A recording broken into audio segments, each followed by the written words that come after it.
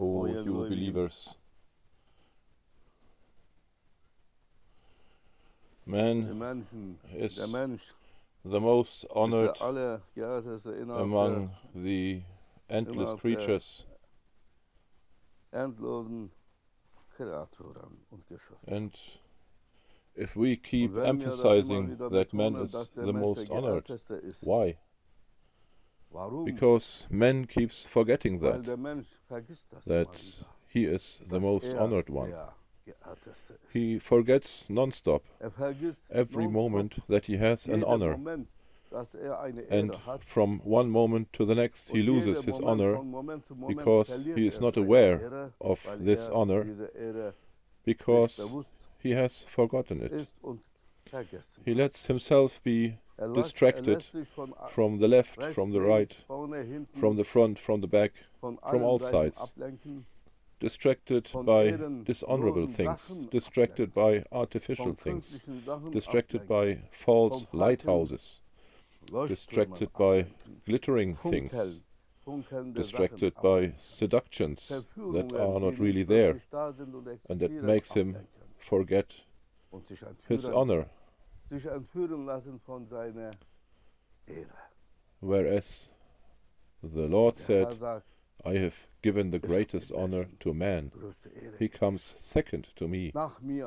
So the Lord said, he is my representative. What an honor. You can't imagine what kind of honor that is. But what do you do with this honor?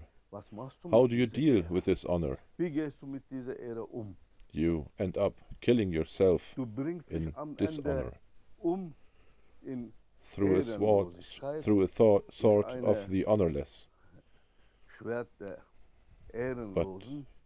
you don't deal with this honor correctly. And again,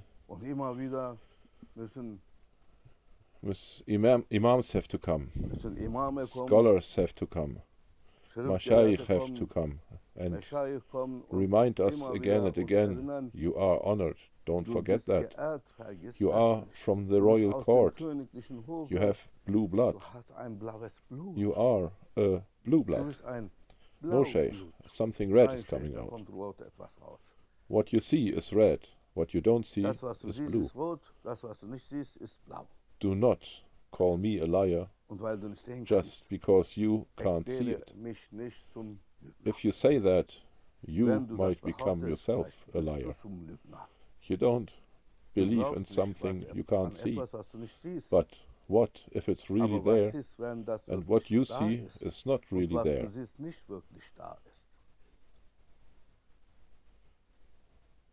That is why we have to emphasize again and again, oh, you humans, you are honored. Do not forget that. You are princes and princesses of royalty.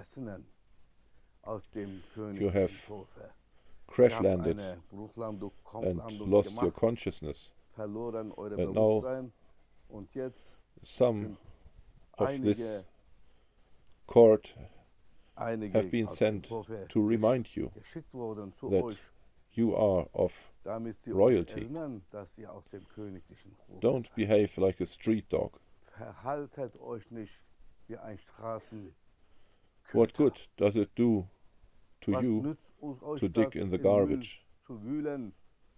What honor does it give you to dig in the garbage of this world? And if you had all the gold in the world, all the silver in the world, all the diamonds and treasures of this world in your pocket, everything you so desire, everything you worship, everything you idolize, you will have to leave it at some point, or it will leave you and tell you, well, you're broke. I'm changing my master. You don't handle me well. I am going into another pocket. So the rich man became a poor man, a broke man. And your possessions change hands and pockets. It can happen that quickly. Everything you adore, idolize, if it's a woman, if it's a man, if it's a child, whatever it is, either you leave it in the end, or it will leave you in the end. You come into this world empty-handed, and you leave this world empty-handed. Has that been the purpose of your life?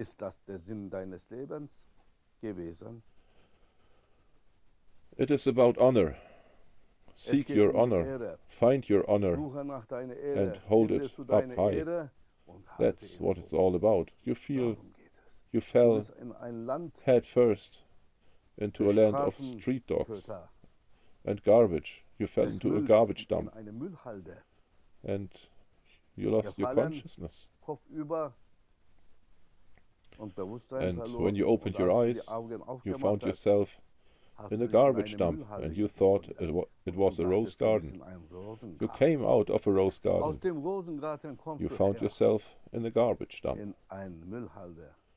And now you have to see how you can get out of it. You are not a hippie. You're not a street dweller. You're a nobleman.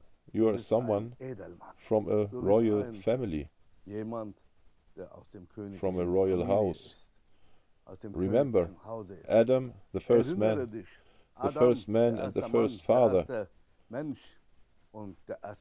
the father of all men. Was he a hippie? No. He was a happy one. He was very happy. You are not descendant from a hippie. Your mother, remember, Eva, Hawa, alayha salam, peace be upon her. She wasn't a commoner either. She was a noble woman, a lady. You are descendant from a queen and a king. You have noble blood, so to speak. Blue blood. Oh, I don't know my father. I never met my mother either. I'm an orphan, born in an orphanage. Wherever you were born in this world, none of this is true. None of that is true. The truth is, who was the first man? The first man who was the first woman? And if we are believers, the answer is Adam, a nobleman, Eve, a noble woman, a king, Adam, your father is the king of all creation.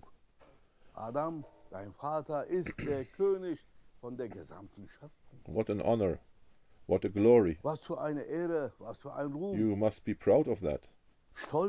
No, I'd rather be in the garbage like a dog, like a street dog, like a stray cat, like a mouse, stealing from other people's pockets and putting it in my own. You come from royalty, from an infinite life,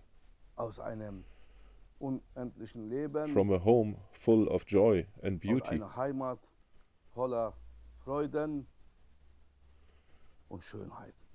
and now get out of here again. But man is forgetful, born into an honorless world. He thinks that this is what it must be like to live without honor. Everything else, except the one who sent you in here, was sent in here by an order and will be taken out again by an order.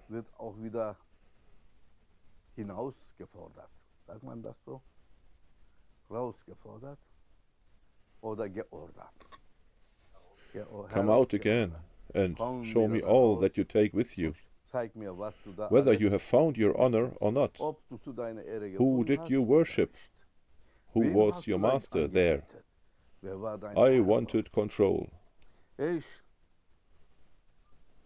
No one should have control over me. Ah, foolish man, the ignorant man, the clueless man.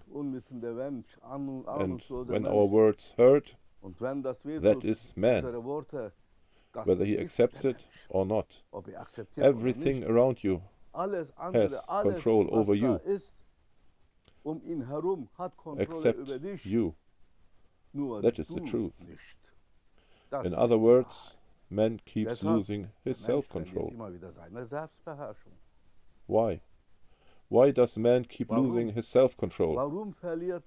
Because he swims in an ocean of self-glorification. I did say that well. Does that go together? Self-glorification. And only an authority, only someone who is really in charge can behave as he wants. You can't demand justification from someone who is the master. He is always right, no matter what he does. Whether he treats someone rightly or wrongly, he is the master, he can do it. Since there is no one else, he can. But if you are not really the Lord to control, to control, discern, or to know, then you can see what your self-control is all about. Allah says, learn self-control, attain self-control. You are on earth to learn self-control, to control yourselves. I, Allah, who created everything, I have all my powers, my opposing powers. My opposing powers. With him the powers are not good or bad. That's only the case with us. The violent ones are bad, the good-natured ones and merciful ones are good. With him there are no such distinctions. But there are always these opposing forces because he is the Lord, the Creator. Everything must be there so that he can prove that he is the Creator. The opposites. And all the opposites, I control, he says. I control, otherwise nothing would have remained alive. For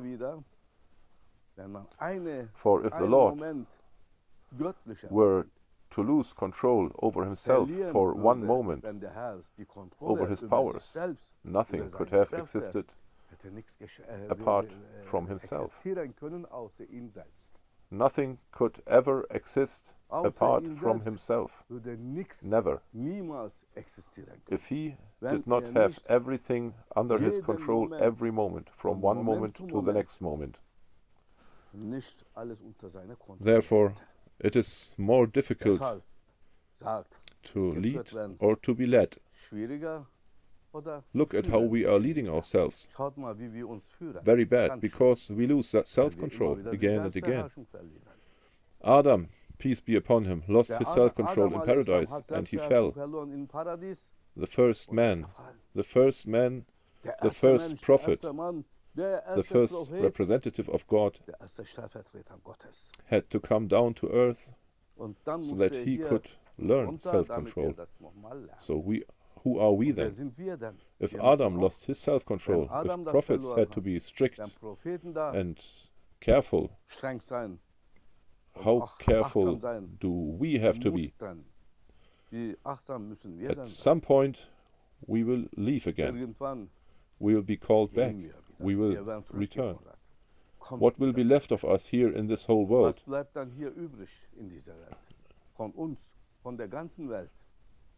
If you are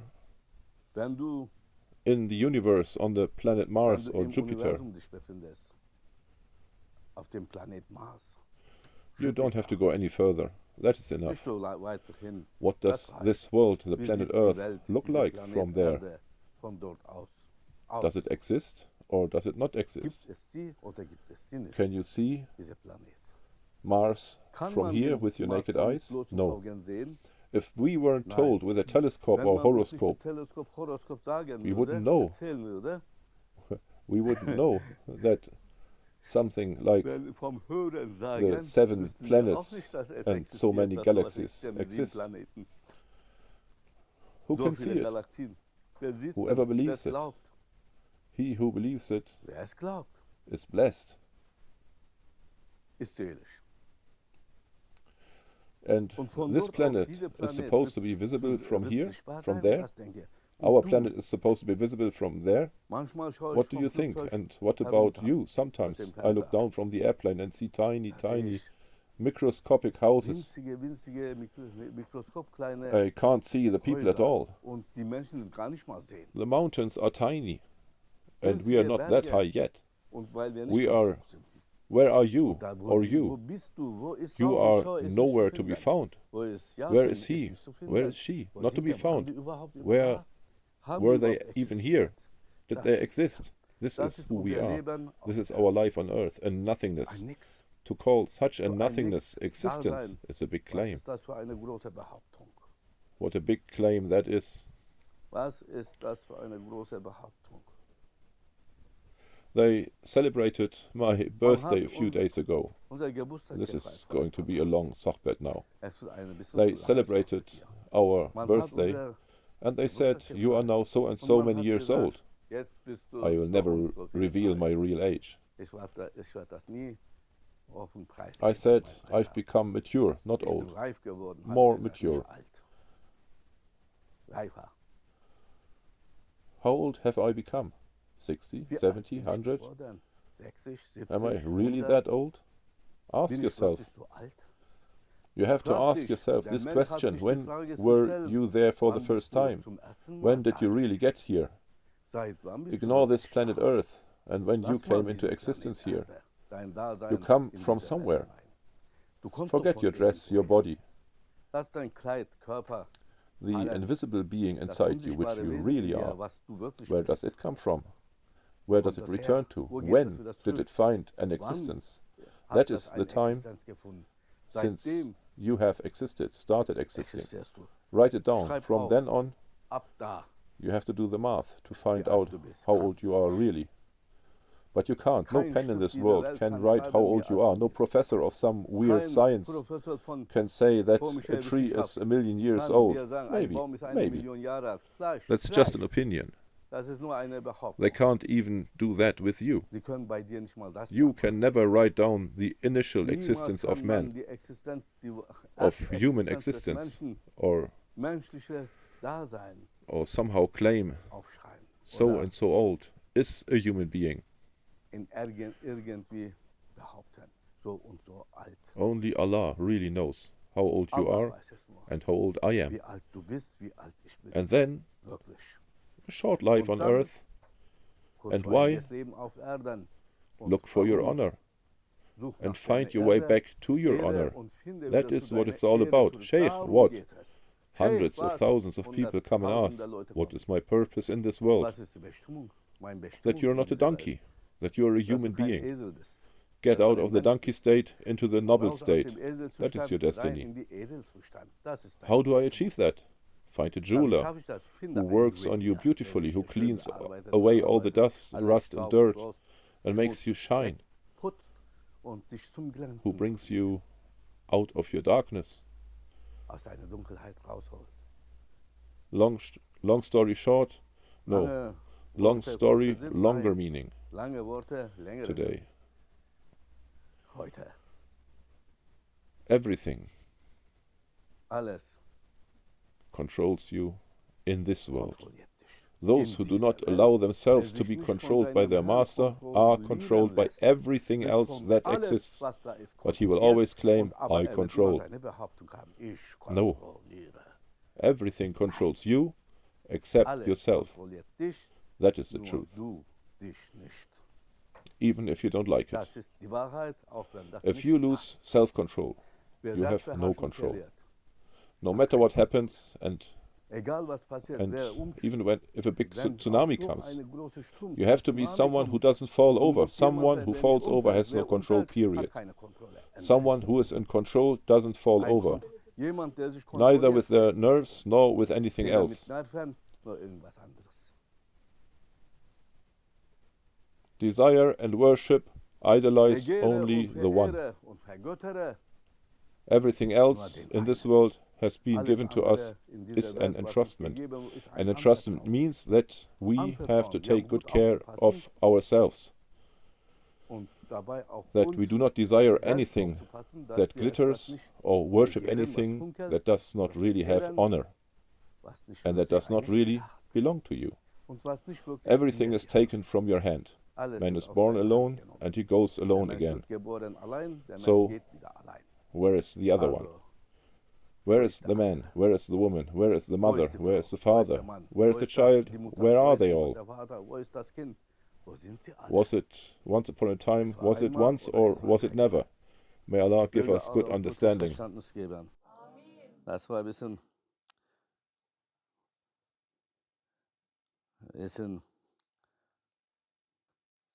durcheinander.